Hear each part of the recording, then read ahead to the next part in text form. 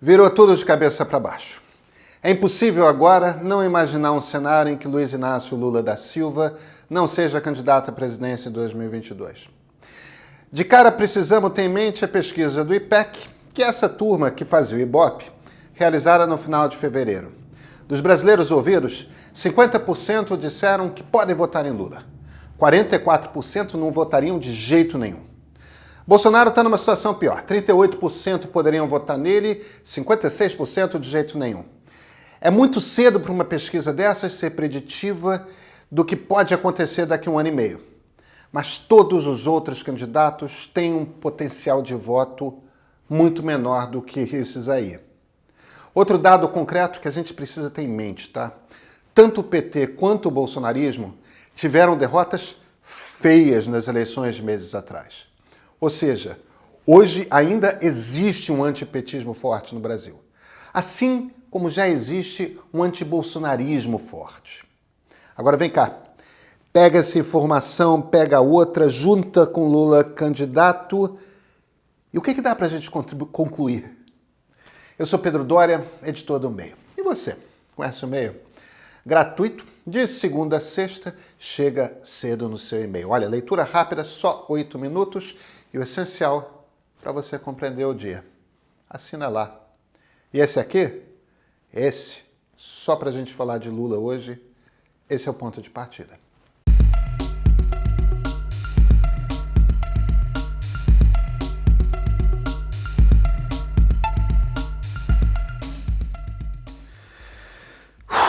O Brasil, gente, não é para amadores. Vamos começar do básico explicando.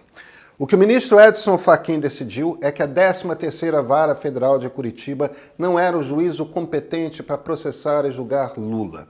Lá, o juiz Sérgio Moro e os procuradores da Lava Jato estavam investigando o Petrolão, o desvio de dinheiro da Petrobras e a conexão com os processos contra Lula é tênue demais para justificar que Moro fosse o juiz de primeira instância do caso. O que isso quer dizer? Lula não é inocente ou culpado. Ele foi julgado no lugar errado.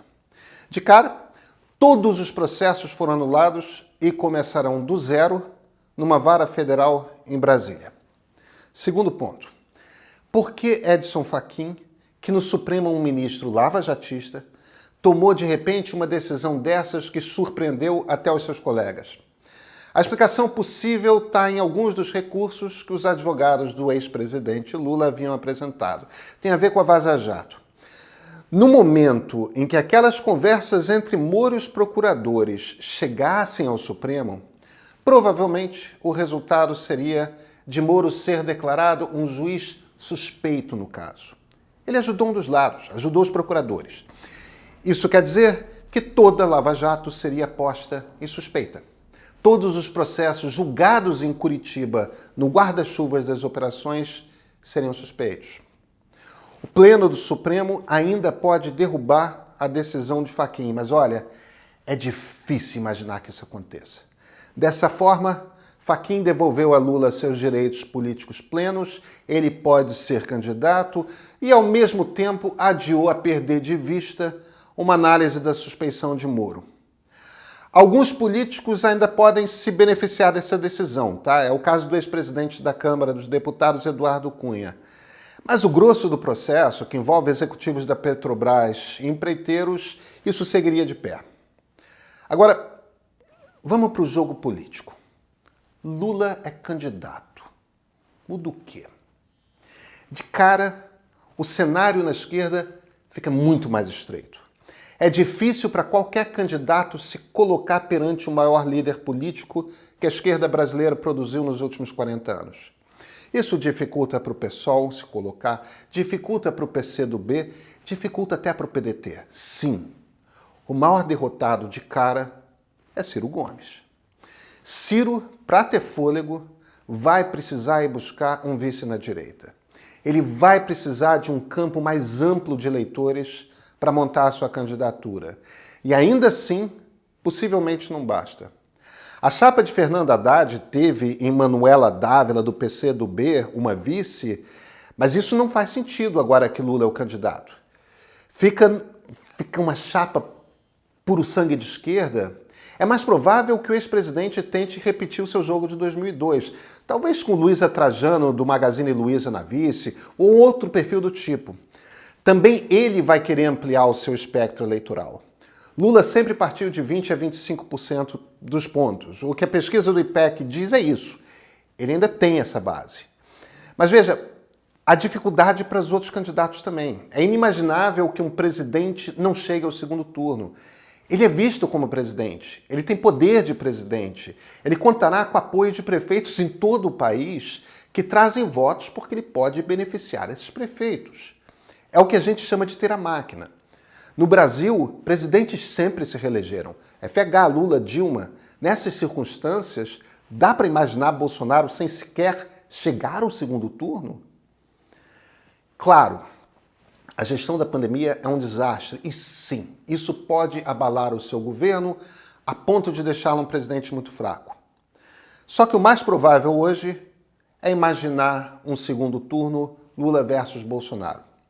E se for isso, será um segundo turno da polarização em que os brasileiros que não votaram em ambos decidirão o pleito com base em quem gostam menos. Existe alternativa? Existe. Mas o candidato que deseja construí-la precisa começar.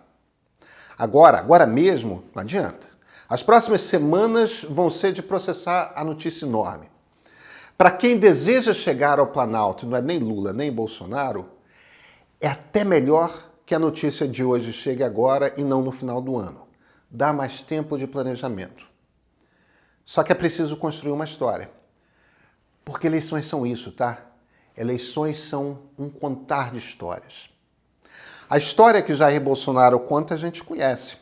O Brasil da Nova República foi tocado por comunistas, marxistas culturais, à esquerda, e construiu um desastre, uma economia que anda de lado e uma sem-vergonhice infinita nos costumes. Ele, Bolsonaro, é um antídoto para o retorno daquele Brasil patriarcal que, na verdade, nunca existiu, mas com o qual todo reacionário fantasia. A história de Lula vai ser que ele produziu o maior crescimento econômico recente do Brasil, a maior inclusão de brasileiros na classe média, e embora seja só parte do que aconteceu, ele poderá contar com a memória das pessoas de que entre 2000 e 2010, de fato, a vida estava boa. Porque vejam, Lula não vai fazer uma campanha petista. Os votos petistas ele já tem, ele vai buscar outros. Um Tércios, alguém correndo por fora, teria de contar uma outra história. Olha, o PT foi bacana, mas roubou demais e no fim quebrou o país. Já o Bolsonaro é um desastre completo. O Brasil passou os últimos 10 anos numa guerra civil política. É hora de a gente mudar o disco. É hora de parar de olhar para o passado e buscar soluções no futuro. Essa é a história que quem correr por fora terá de contar. Só que precisa começar mais cedo a preparar esse espaço. Esse assunto, gente, Lula candidato, isso muda tudo. E não é um tema que vai fugir de nós aqui tão cedo.